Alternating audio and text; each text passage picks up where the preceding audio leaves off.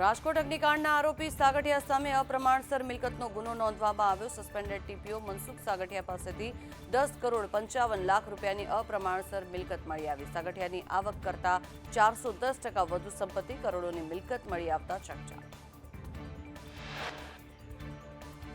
મહારાજ film વિવાદને લઈને હાઈકોર્ટમાં સુનાવણી। હાઈકોર્ટે મહારાજ ફિલ્મ પર સ્ટે યથાવત રાખ્યો। આજે હાઈકોર્ટના જસ્ટિસ ફિલ્મ જોયા બાદ સ્ટે મુદ્દે નિર્ણય કરશે। રાજકોટ ટીઆરપી ગેમ ઝોન અગ્નિકાંડનો તપાસ રિપોર્ટ સોંપવામાં આવશે। એસઆઈટીએ કરેલી તપાસનો રિપોર્ટ સરકારને સોંપાશે।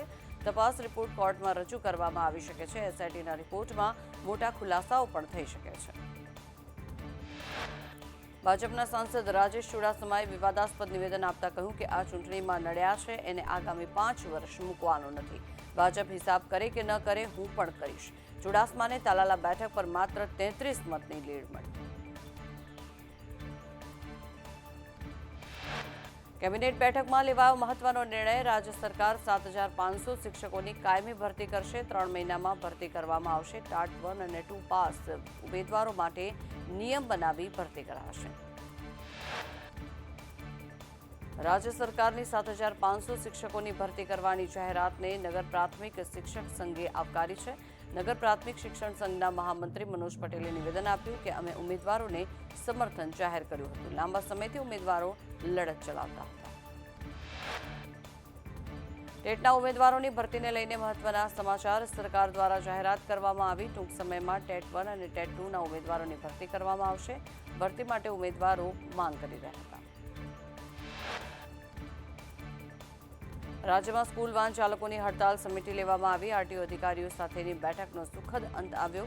આરટીઓએ સકારાત્મક વલણ દાખવતા હડતાલ સમેટવામાં આવી છે। હડતાલ સમેટાતા વાલીઓએ રાહતનો શ્વાસ લીધો। રાજ્યભરમાં સ્કૂલ વાન અને રિક્ષાની હડતાલ સમેટાઈ। ફિટનેસ સર્ટિફિકેટ મેળવવા માટે 45 દિવસનો સમય આપવામાં આવ્યો છે। વાહનમાં ફાયર સેફટીની પૂરતી સુવિધા કરવાની રહેશે અને કોઈ બનાવ બને તો જવાબદારી વાહન ચાલકની પણ રહેશે। અમદાવાદ આરટીઓ અધિકારી જે પટેલે નિવેદન આપ્યું છે કે સ્કૂલ વર્દી વાહનોને નિયમોમાં બાંધછોડ નહીં આપવામાં આવે। આરટીઓના બધા જ નિયમો સ્કૂલ વર્દી વાહનોને લાગુ પડશે। રજીસ્ટ્રેશન માટે 45 થી 60 દિવસનો સમય આપવામાં આવ્યો છે। સમયમાં કોઈ બનાવ બને તો વાહન ચાલક જવાબદાર રહેશે। સુરતમાં વાહન ચાલકોને લઈને આરટીઓ અધિકારીઓએ નિવેદન આપ્યું છે કે આરટીઓ દ્વારા સ્કૂલ વાન અને રિક્ષાને પરમિશન આપવામાં આવી રહી છે। સુરત આરટીઓ દ્વારા 600 વાનને ટેક્સીની પરમિટ આપવામાં આવી। સ્કૂલ વેકેશન ખુલે તે પહેલા પણ તે મીટિંગ બોલાવી હતી। સુરત શહેરમાં 70% વાહન ચાલકો પ્રાઇવેટ તરીકે ચલાવે છે।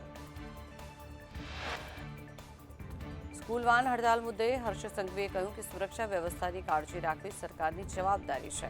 આ નિયમો પહેલેથી જ બનેલા છે, નવા નિયમો નથી। નિયમોનું પાલન કરવું જરૂરી છે।